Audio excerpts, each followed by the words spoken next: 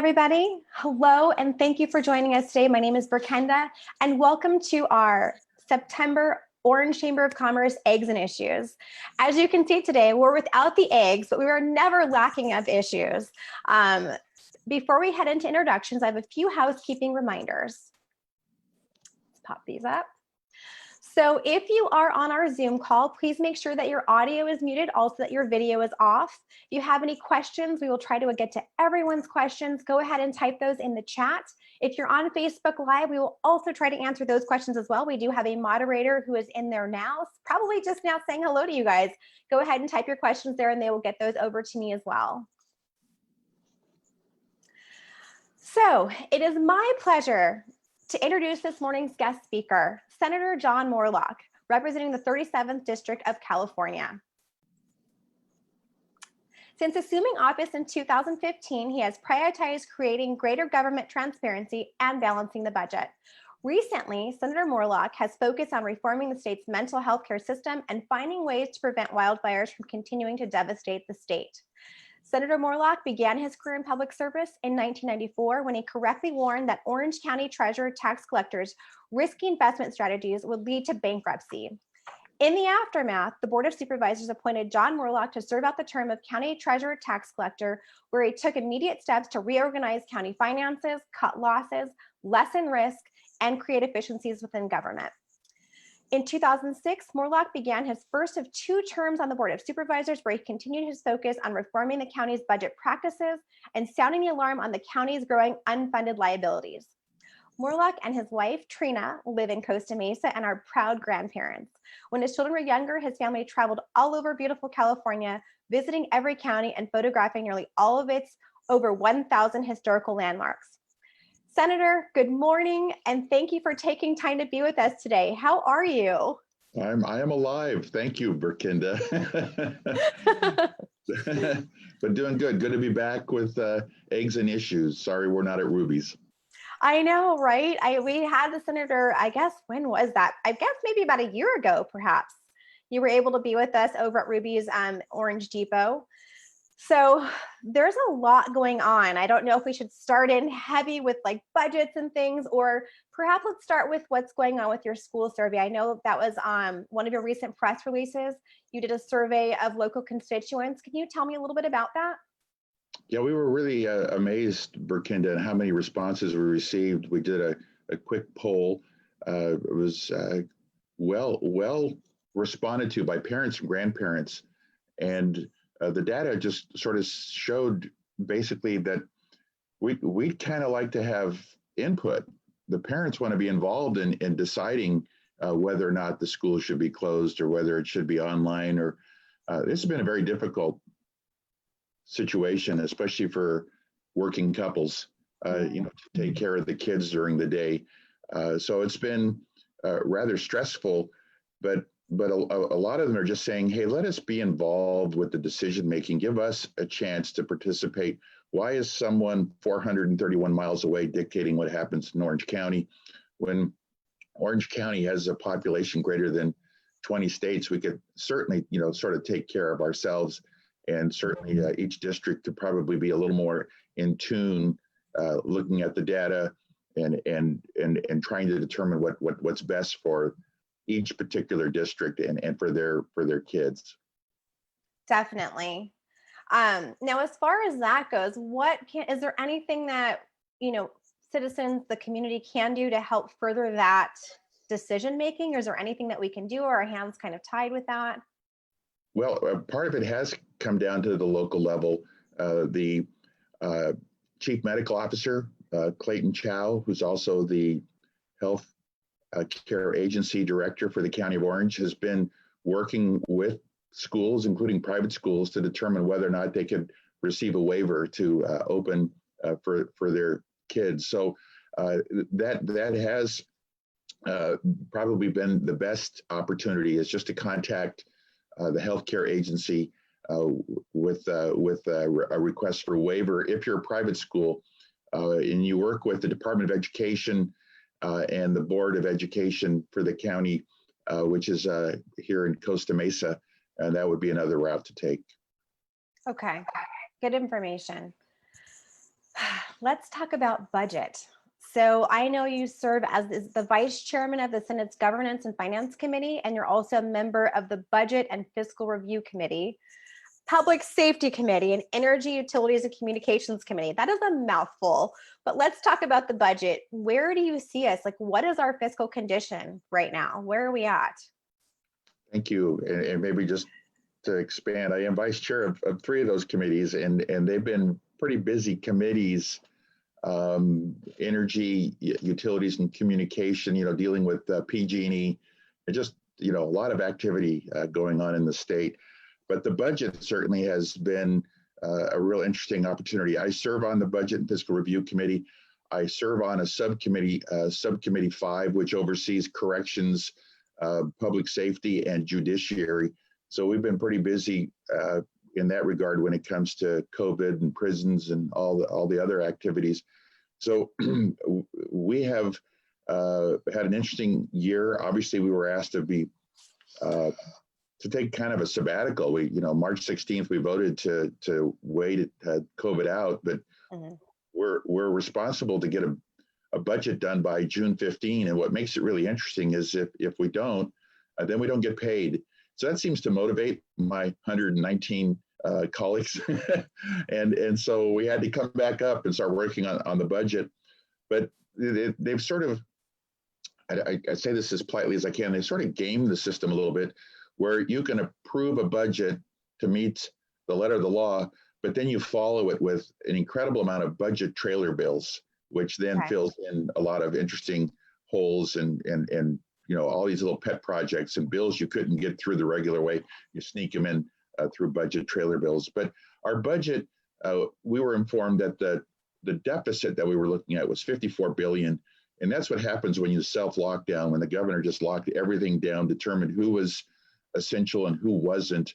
And we watched just a lot of good businesses just have to shut permanently, especially in the restaurant and hospitality industry. It's been real difficult in that sector.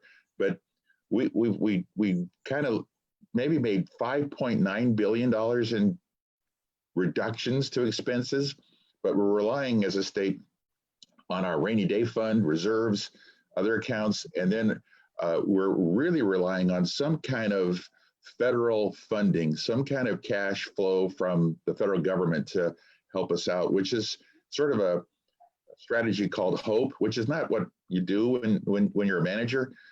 So it's been real interesting to kind of watch everything. And I'm sort of, as a CPA, former partner in a firm, really having a difficult time with this, almost like a free fall.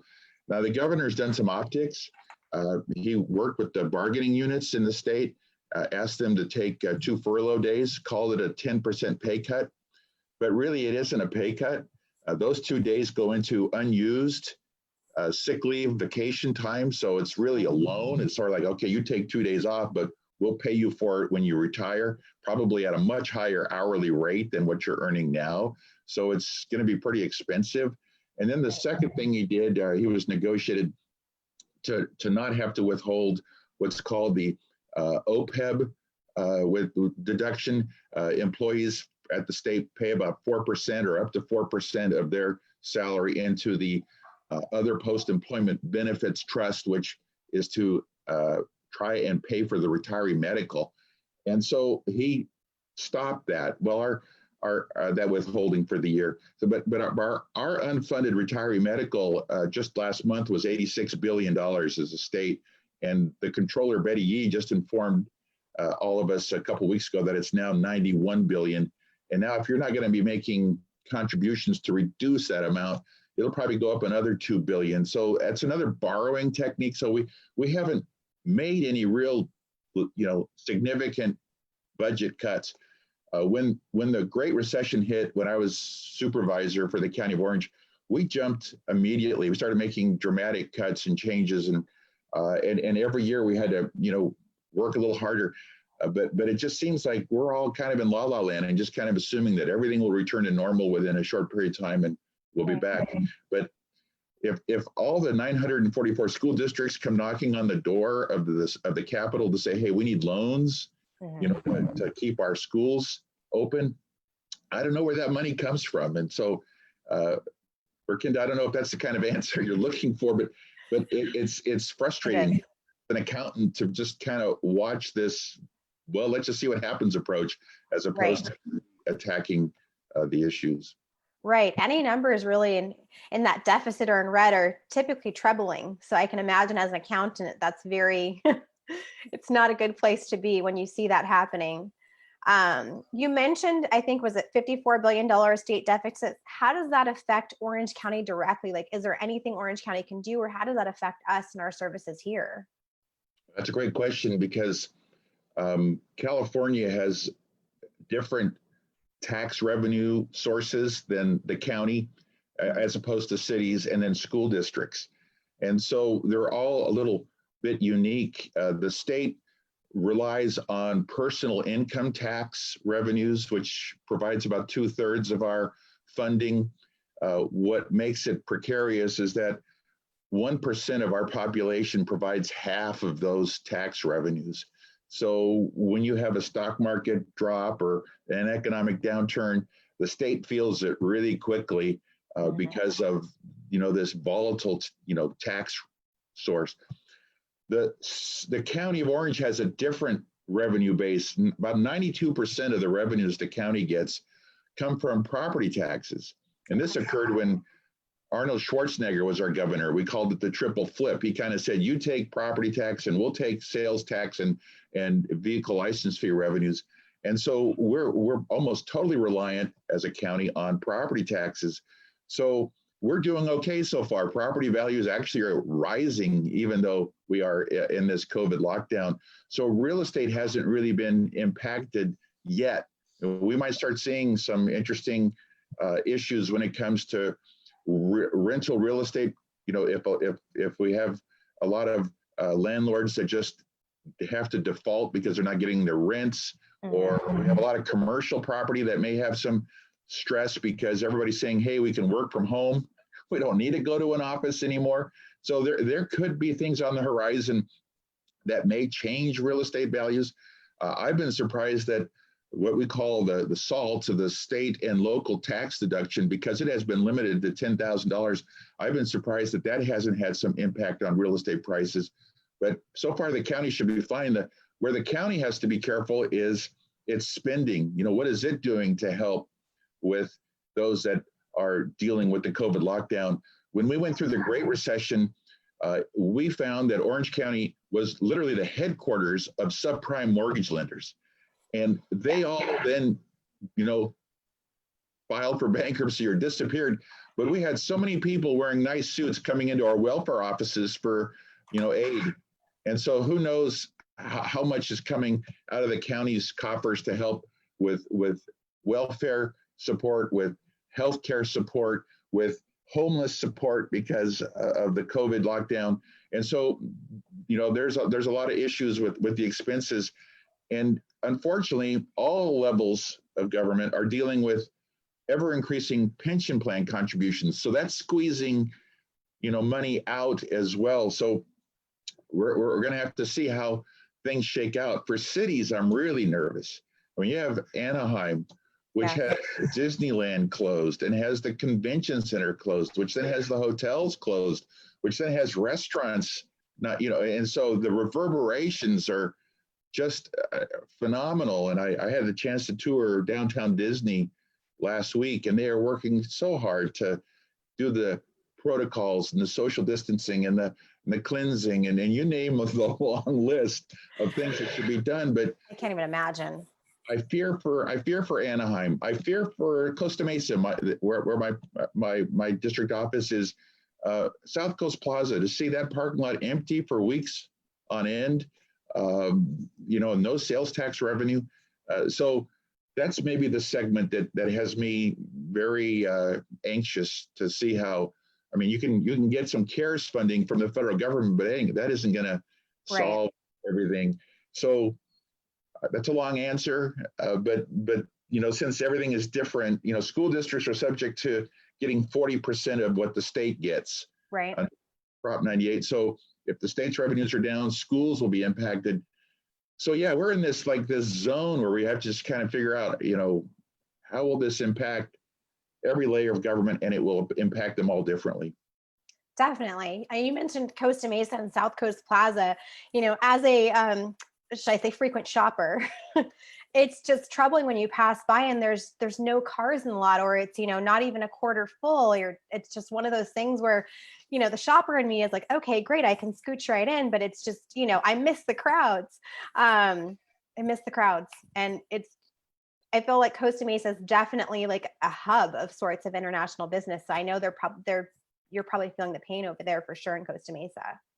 Well, Berkenda, taking the phone calls from constituents has been painful to listen to their stories, to say, hey, look, I may have to close my business. I may have to close my restaurant. I may have to sell my house. And I'm 70 years old.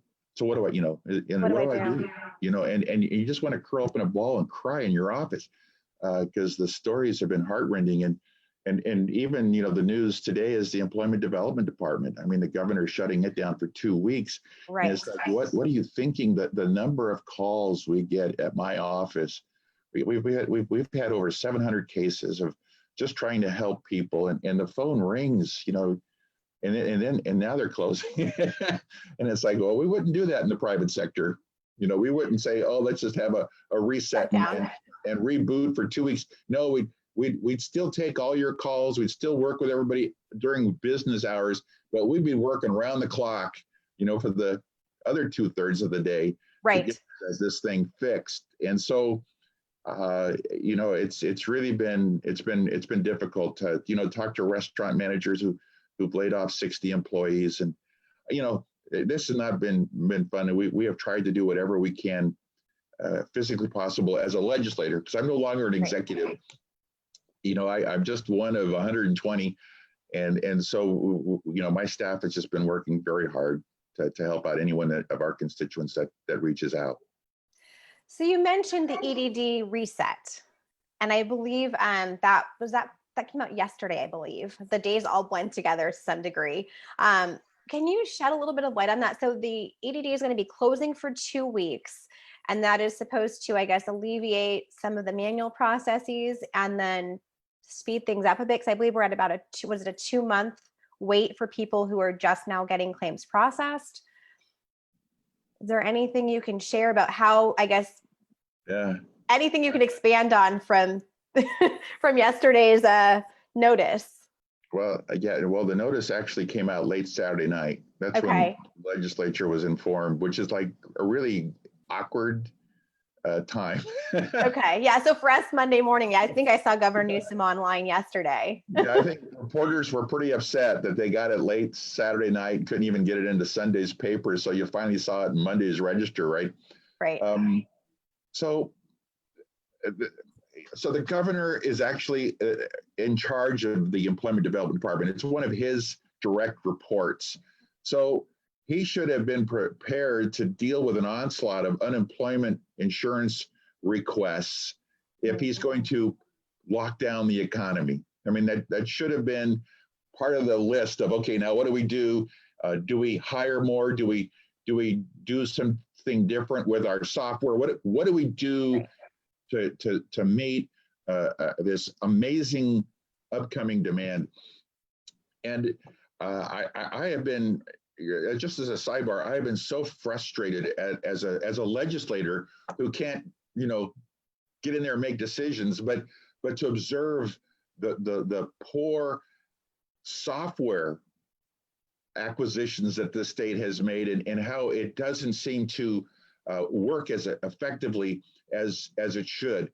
I mean, we've got Silicon Valley here in California, and we have spent, the state has spent, you have spent $1 billion on a software called Fiscal to produce all the accounting records and do all the work, your accounting software. And here we are, it's what almost the end of September, and we have not received the audited financial statements for June 30, 2019. I mean, okay. We are so dysfunctional. We're the only state out of 50 states that hasn't issued its audited financial statement. Last year, the lagger was Illinois. And so we're worse than Illinois, which is like embarrassing. And so that software is bad. The DMV had a tough time when all of a sudden Real ID kind of popped up. It's like no one planned, like we need more staffing or we need this or that. And their motor voter software blew up. And, it's like everything like this happened. So we watched the state of Rhode Island, and they went to the cloud and they found a front end software program that could help them get their benefits out much more quickly. And it was free. and Rhode Island, I know Rhode Island's a small state, but it's all a matter of, whether it's small or large, you use the same solution. You've got the infrastructure in place. And so I introduced the team that did that for Rhode Island to Secretary of Labor, Julie Saw, and said, here's this team. They did it in Rhode Island. Why don't you meet with them? I talked to the consultants from Deloitte, which great CPA firm, because they were consulting with EDD. And then you get to find out that, yeah, they did some of the stuff early, but then they didn't take all the other recommendations. And you just see a managerial crisis. And what's so frustrating is I have a governor, I'm getting a little emotional, I apologize, but you got a governor who says, he set up a department last year in the budget for $40 million, and they called it digital innovation, but there's nothing innovative going on. Nothing, everything's a mess. Right. And so it's so frustrating for someone who comes out of a CPA partnership, department head of a treasurer's office, and then a supervisorial role, to get into a legislative role, which means that maybe I get to do a hearing, maybe I get to ask 2 questions. It's like, so this idea of shutting down the Employment Development Department, when some applicants who applied in March still haven't received their checks. So I don't know how people are surviving. I just, it just seems so inhumane, and it just, it's tough. And then some people are doing fine, so. That's the hard part. I feel like there are some people who seem to be, thriving. I'm out and about just doing business, as I have to go out, and I can see people out spending money. And then, there's the flip side when, people are at home and perhaps starving. Yeah. It's very tough that want to get out there and spend the money and then still help those that, perhaps cannot at this time, and help them get through that EDD process. And I can understand your frustration for sure. Well, we are blessed by having nonprofits like Second Harvest, but when they set up at, say, the Honda Center in Anaheim on a Saturday, and they start handing out food, the lines of cars, you can't get off the freeway. Right. It's heartrending to see how many people are coming just to get a bag of food. So we're blessed that's available, that at least we have nonprofits that are stepping up, that have been in place, that have track records. And so there are resources, and we should be thankful. Definitely. Well, to lighten it up a little bit, the human spirit and the ability of people to step up to the plate, as you mentioned, and think outside the box always amazes me. Do you have any feel-good stories that you've witnessed over this COVID period? That's a great question. I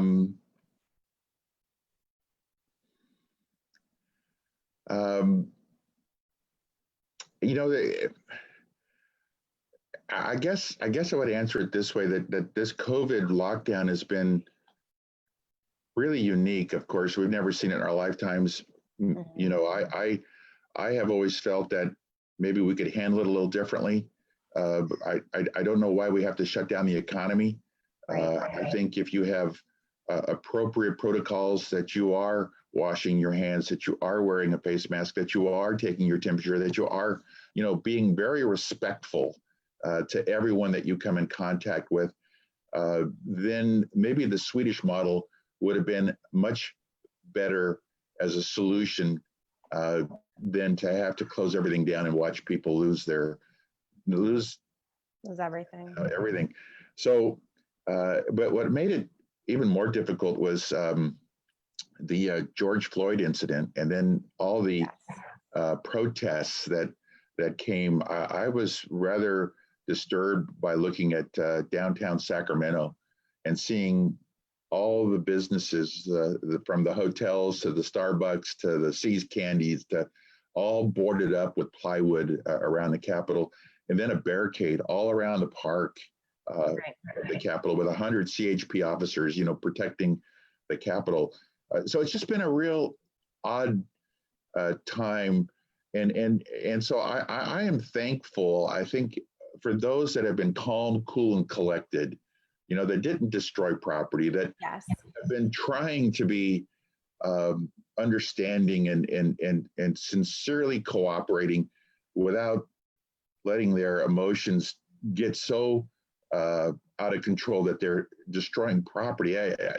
So I'm thankful for the 99% Right. who have done as best as they could to protect themselves and their families, loved ones. But we've had some areas where we missed. The nursing homes is tragic that we didn't protect more of the vulnerable quicker. I'm a little disappointed that we anticipated a model that was expecting 26 million of us to catch COVID. And we spent so much money as a state for facilities we didn't need. The Arco Arena by Sacramento, $500,000 a month. And we only had maybe 2 or 3 patients, in that whole facility. Right. So I obviously, 100 years when this comes back, we'll have a different way of addressing it. But I guess it's all the hidden heroes. It's the people that are buying takeout food, helping restaurants and helping their friends, and still, helping businesses where they can. That's been, the bright spot for me is making sure that even though the restaurants around my office, even though they're closed, let's buy lunches there. Even though we buy lunches, let's help them out. And so for those people, I'm just very thankful. Definitely. I mean, yeah, I think a lot of us are doing what we can as far as, like you mentioned, the takeout. I know Orange, we have our Dine Al Fresco. So if you have not had a chance to go down there and dine on our Glasell Street, there's a lot of restaurants that are open. You can dine right there outside. And I guess now indoors as well. So you've got even more seating. So we'd love to have you come over there and visit one of our restaurants downtown. So I guess back to taxes and money and people perhaps leaving California. I know that seems to be the hot topic on Facebook. When I pop on and do some searches, I see that, a lot of people are wanting to leave California. Perhaps it has to do with different taxes. I know you had mentioned, I think I saw one of your comments on, is it AB 1253, the possible increase in on income tax rates, perhaps coming, maybe it has something to do with that. We have the upcoming Prop, is it 13 and 15 with the split roll? What can we do about people leaving our state? How can we keep them here? I mean, I don't know that those things help, but what are your thoughts on those? I just threw a bunch out there. Sorry. No. That is probably, of all the things that keeps me up at night, that's probably it. AB 1253 should have never happened. So back up a little bit. California has the highest personal income tax rates of all 50 states. We're at 13.3% on a progressive level, which is the highest of any state. If you make $1 million in taxable income, you're going to pay 13.3%. Okay. So let's say you have $1 million in taxable income. If you move to Incline Village in Nevada, you're going to make $130,000 a year. Okay. Just by moving. Other costs, who knows what the real estate tax and all the other taxes are, but I think you're going to come out ahead. And so we've seen people from Silicon Valley buy homes in Incline Village, right? So that's going to have an impact. I had a rather successful Newport Beach resident. He came and visited me, and he said, because of SALT, the state and local tax, I'm paying 13.3%, but because I don't get to deduct the state tax on my federal income tax return, my marginal tax rate is really 23%. And so, John, how how can you convince me that I should stay because I'm paying one out of every $4 to Sacramento, and I am not happy with how it's being managed. And I said, you know, I don't know. I don't know how to answer that. I don't have anything like, you know, Chamber of Commerce story, you know, to give. Right. He said, well, that's fine. I'm just closing escrow on a mansion in Miami, and I'll see you later because I can do what I'm doing there just as well as I can here. And I'm going to save an incredible amount of personal income tax. And I said, okay, I get it, but I can't do anything. But if he is just one sample of Right. many. And the last thing that a Chamber of Commerce would ever want a state legislator to do is to say, hey, 13.3% isn't high enough. The rich aren't paying their fair share, whatever that means. And we're going to raise it to by 3.5% to 16.8%. Mm-hmm. Well, California doesn't even give you a deduction for capital gains. So if you're like near retirement, and you want to sell your business, and maybe you sell it for $10 million. It's just a one-year transaction, never going to happen again. But why should you be paying 16.8% to California and then, you know, the high rate to the federal government combined is just take half your money? Why would you do that? Right. So, yeah, you don't ring that bell. You don't say we're going to raise your taxes and we're going to make it retroactive to the beginning of the year, which means you can't, you know, like avoid it when you've been planning maybe you already sold your business this year and you went, oh my goodness, I didn't set enough aside for, you know, taxes. Or you have real estate perhaps.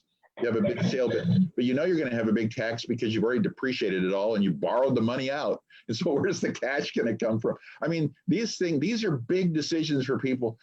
And so you wonder, how does a Chamber of Commerce attract entrepreneurs to come to their cities, 482 cities that want good businesses, to have good employers, so they have employment, when the owner is going to say, wait a second, I'm going to pay how much?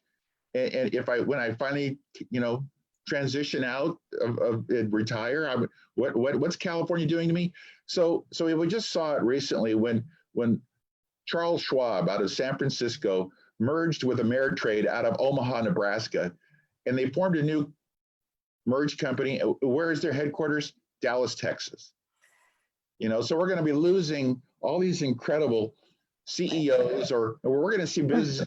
We're not going to set up our headquarters in California, right?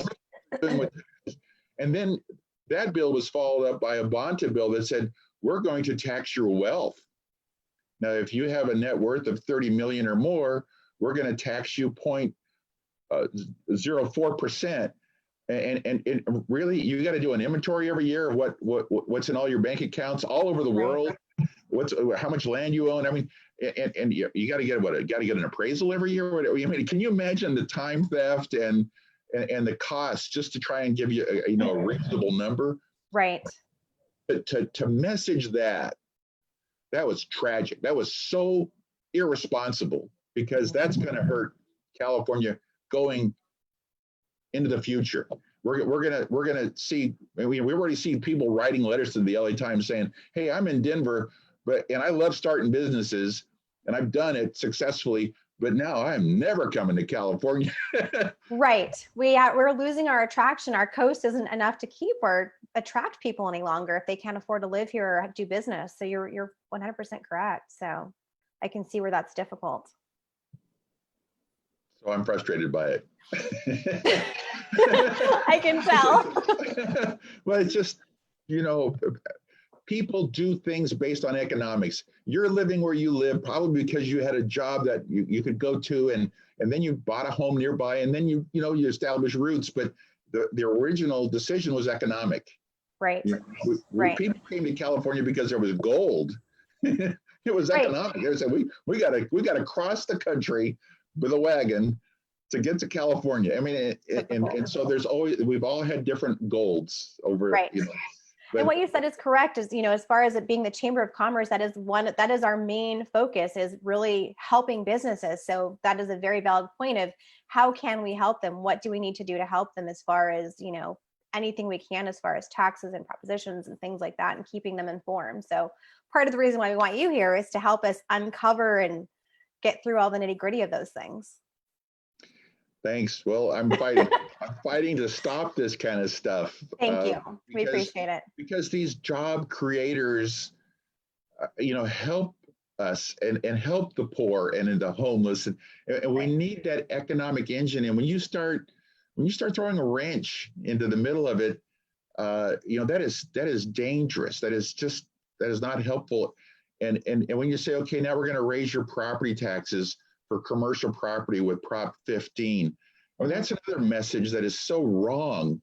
How can you in 1 year say, hey, we have a $20 billion budget surplus that we didn't anticipate, and then literally within a year later say, hey, we need to tax you another $11 billion. And how many good, solid, small businesses are renting commercial property subject to a triple net lease that are all of a sudden going to see their rents go up dramatically because of an increase in property taxes. And they're going to say, well, wait a second, do I raise my prices? Do I, you're already forcing me to increase my minimum wage. And, I still got to have a certain minimum return on my effort so I can make my house payment. And, you got to work it all out. And it's like, oh my goodness, I wish there were more people in the legislature that actually had owned a business and run a business, as opposed to having had just maybe government jobs and never appreciated how difficult it is to start a business, how long it takes to get it to a point where it's actually providing a regular income. I mean, how many years business people go through without ever really getting to pull any cash out for themselves? I mean, this is tough stuff. And I don't think people appreciate it. And so when you have a tax measure like Prop 15, when those that own property are 10% of the population, I mean, they're outnumbered.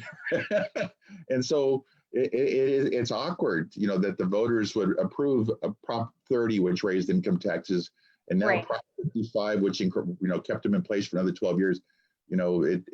We've got to be careful because the weather's great, but there comes a point where people can say, wait a second, and the data is already showing that there's an out-migration from California. Right. I mean, we can look and see, we can go to the IRS and look at tax return filings and see what the new addresses are. Right. And it's amazing how many are going just one state. Usually people don't move very far. So one state.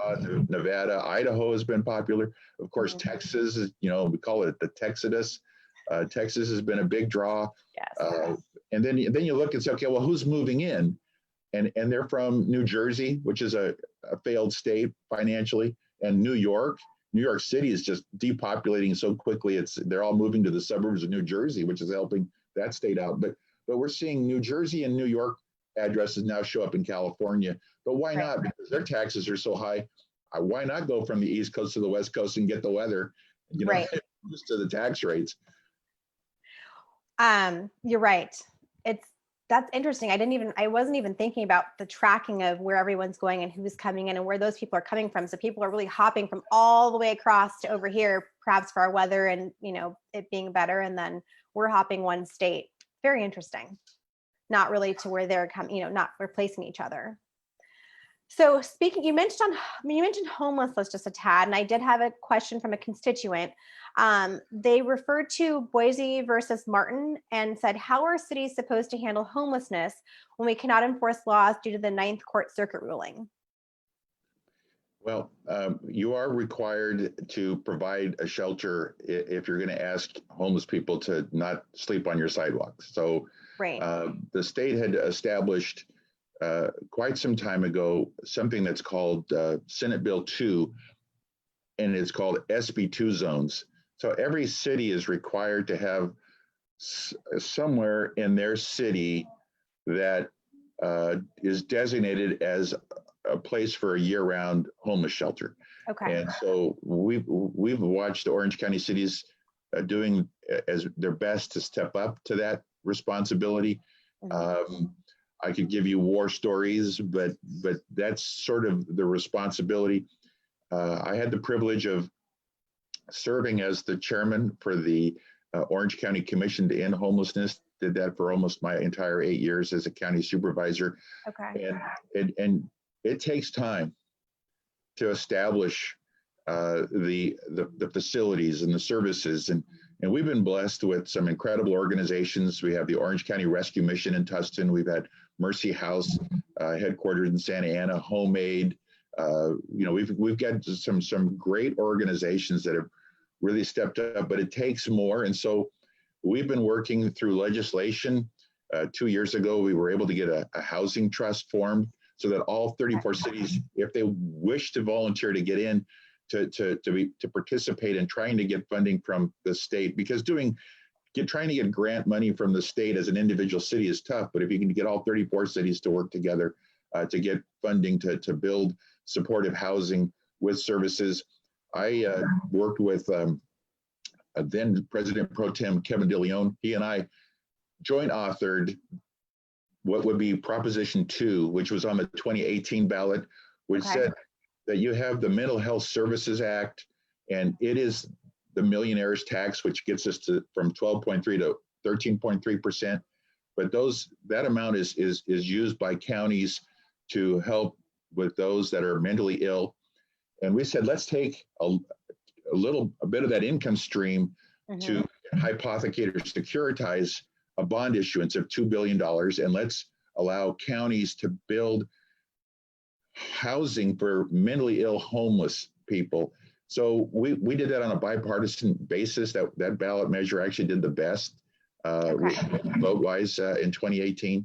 And I've worked hard to get more funding for psychiatric beds. We've been working diligently to try and change what's called the Lanterman-Petra Short Act, which is another 8-hour lecture, which deals with mental illness. But we have not been doing right by those that are severely mentally disabled, that they are gravely disabled. They can barely take care of themselves. And we see them on the streets. If we saw someone having a heart attack or a stroke, we'd grab them and put them in a hospital as quickly as we could. Right. But we let severely mentally ill people just walk around and try to fend for themselves in dumpsters and all the rest, when we should be doing things. I was able to get Laura's Law funded when I was a county supervisor, working with Darrell Steinberg, the former President Pro Tem, in this space. And so now we have the ability to help those with assisted outpatient treatment. Because a lot of families, once their kids are 18 or older, they can't do anything anymore. But if they're getting in trouble with the law, they need some kind of resource to get in front of a judge to say, hey, you need to get on a medical treatment program. But that is voluntary. But there are some times where you need some involuntary assistance. And that's been real difficult to do. I've tried on a couple of occasions in the legislature to try and get something done where we could say, okay, you have some severe issues. We need to take you and hospitalize you for a while until we can get you normalized. Then we can find the right prescription to get you back to something normal. Right. And there's so much pushback from the ACLU and Disability Rights California that says these people should make up their own minds. And it's like, really, how can someone who's mentally ill really make up their own mind? Right. And so we'll keep working. We have a governor that's sensitive to it. He was interviewed for a documentary called Bedlam. And so he's acutely aware of what we need to do. And he and I have talked about the Lanterman-Petra Short Act before COVID lockdown happened. So it's on my Senate website. You can see that we even published a book on the subject, and you can download it and just see the research that we've done and what still needs to be done. What was the name of the book? It's just called the Lanterman-Petra Short Act. What happened in the late 60s is that someone put out a study that said that mental institutions were cruel and inhumane, which was not accurate. I mean, there might have been some abuses somewhere, but society decided we better just shut these institutions. Okay. And then we'll have community facilities. Well, they shut the institutions. They didn't build the community facilities. And so all these mentally ill people went out, on the street. And then where do they go next? They went to jail. Right. Because they were fending for themselves on the street. So if you want to visit the largest mental institution in Orange County, you go to the downtown jail in the central jail in downtown Santa Ana. That's where that's our largest mental institution.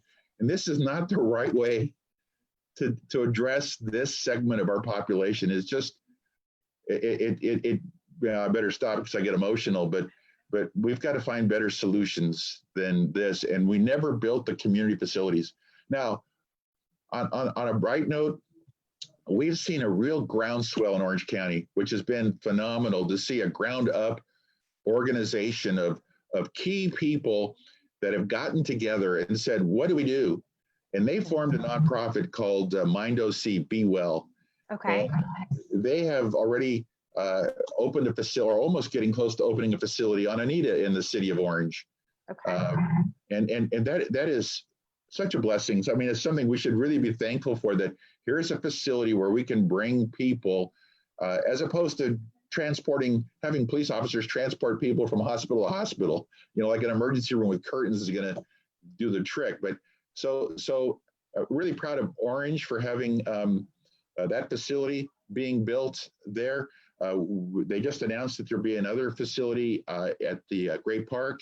Okay. But this has been a ground up kind of initiative, which has been really glorious. I mean, to see everybody saying, okay, how do we get everybody together to try and provide for this segment of our population? So Orange County is probably at the forefront of all 58 counties in that regard. But for the rest of the state, I mean, you just don't want to visit downtown Skid Row, LA. It's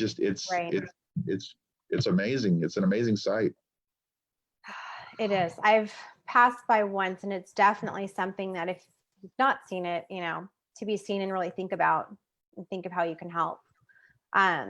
So on perhaps a lighter note again, if you had a crystal ball, what do you see for our business community in 2021 here in California?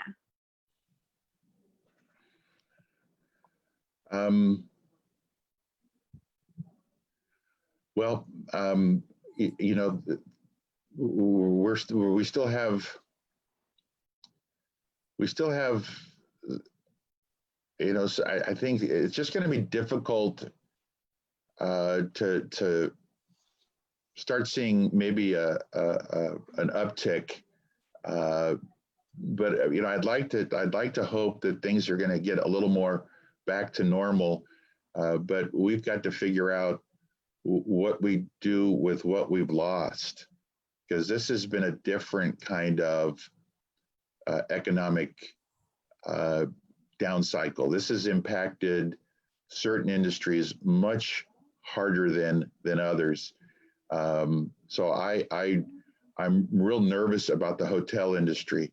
I'm real nervous about the restaurant industry, and these hospitality providers are real critical to the whole infrastructure of a county like Orange, which is, not to get over dramatic, but it's very Disney centric. I mean, right. I get to fly from Sacramento to Orange County, once a week. And how many kids are flying to Orange County, with their Disney or Mickey Mouse outfits on? It's like, it's a big deal. And so the reverberations of this shutdown will take some time to, at least for that segment of our business community. The next thing is, like I mentioned earlier, is I'm just nervous about our cities.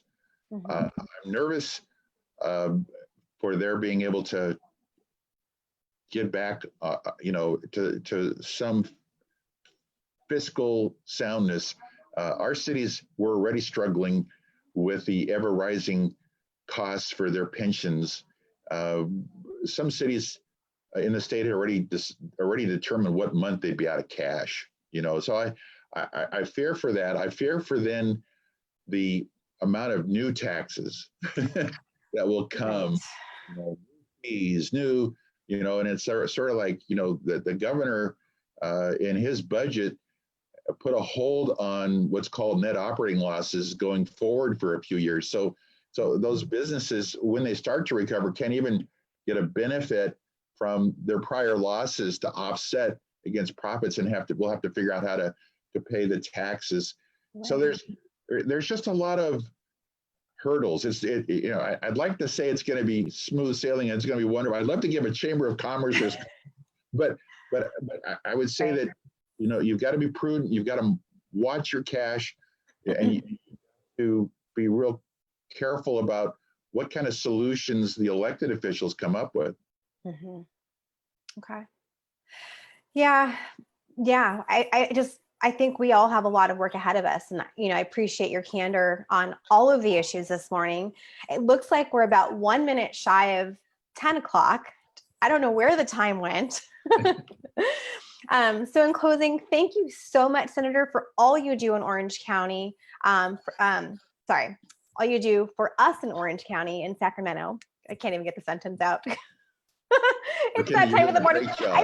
I probably need more coffee. That's what happens. But for all that you're doing for us, we appreciate it. Keep up the good work. And as you stated, we have to continue to work together closely with our business community, keep in contact with people like yourself, and just work together. That's all we can do at this point. And again, we appreciate your time. As a former business owner, now in some unique career choice here, working really hard for the businesses, and it's critical. If you don't survive, government doesn't survive. Right. One last thing I want to put up here on our screen. 1 second. If you would like to reach out to Senator Moorlach, we do have his contact information here. He is at moorlach.cssrc.us. Of course, we have our chamber website here as well, and also the City of Orange for any resources you'd like to obtain from them. For next engagements, we have our virtual business networking group that's going to be happening on October 7th. That event is up live on our website and also on Facebook if you'd like to register. It is a private group, so members only, but you can always contact us about joining. We do have some new things in the works for you that are going to be announced this week, so please tune in to our newsletter for some upcoming events. We're producing some great content throughout our staff, so be excited about the things that we have coming very soon. Again, thank you so much, Senator. We appreciate you, and we will see you soon, hopefully on better circumstances next year for our update, right? That would be sweet. Thank you, Berkenda. Thank you very much. Thank you, and thank you everybody for joining. Bye-bye. Have a great